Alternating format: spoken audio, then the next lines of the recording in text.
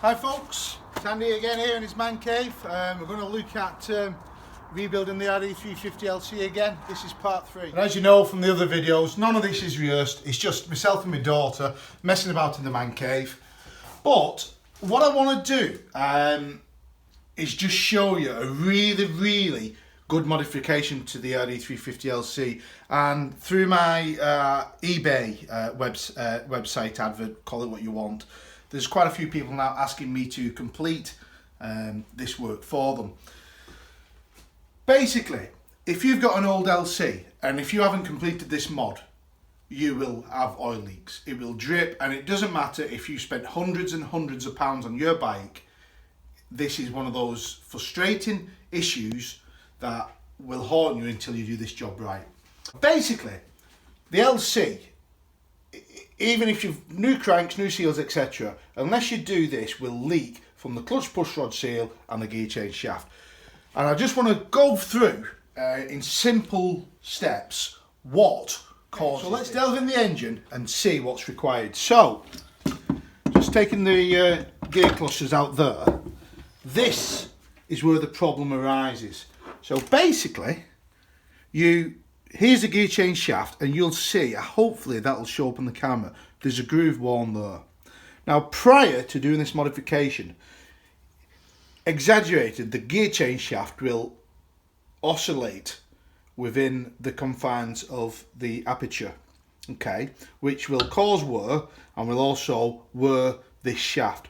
So, here's the solution. It's a relatively cheap part. It looks like a little white metal bush. Inside diameter 12mm, outside diameter 14mm. And as you can see, it's a compression bush. The problem is, this output aperture on the RD350LC is 12mm. Now, it's just fed through the casting, so that hole wears.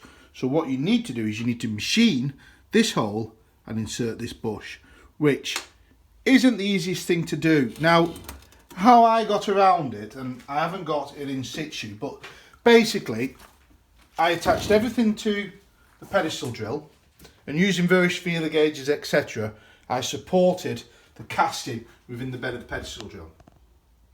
Then if you get a 12mm bar and line the jaws of the drill into that hole and then clamp everything down securely, if you then follow through with a 14mm drill, that should give you sufficient interference fit. To finish off there, you have the bush, which is actually elongated inside the casing, so it gives you another maybe 3-4mm of additional support. This is the expensive part. You may as well do it. You can get these from Norbo, get them from Yamaha, Yambits, etc. They're about 70 to 80 pounds. So that's gear change shaft. That goes in there. New seals in. Gear cluster back on. Engine back together. Unfortunately, I don't know what the seal is. So the seal's £2. The reality is, this is a very expensive job. It's a full engine strip down. If you were to pay somebody to do it, you're not going to get any change out of £200 labour, and you've probably got somewhere in the region of £120 worth of parts by the time you've done your seals, you've got your bushes, you've got your shaft, you've done your gaskets and oil. But do you know what? If you're going to rebuild an engine, you want to do this, because this will make your LC absolute oil tight, and it's a one-off job then. And if the problem ever comes back, it's relatively simple to do then, because you can just knock the bush out and repress the bush in. Okay, so hope that's helped, folks. If you've got any questions or you want any advice in doing this mod, just drop us a line and I'll help you wherever I can. Okay, that's it for now. Thanks a lot, folks. See you soon.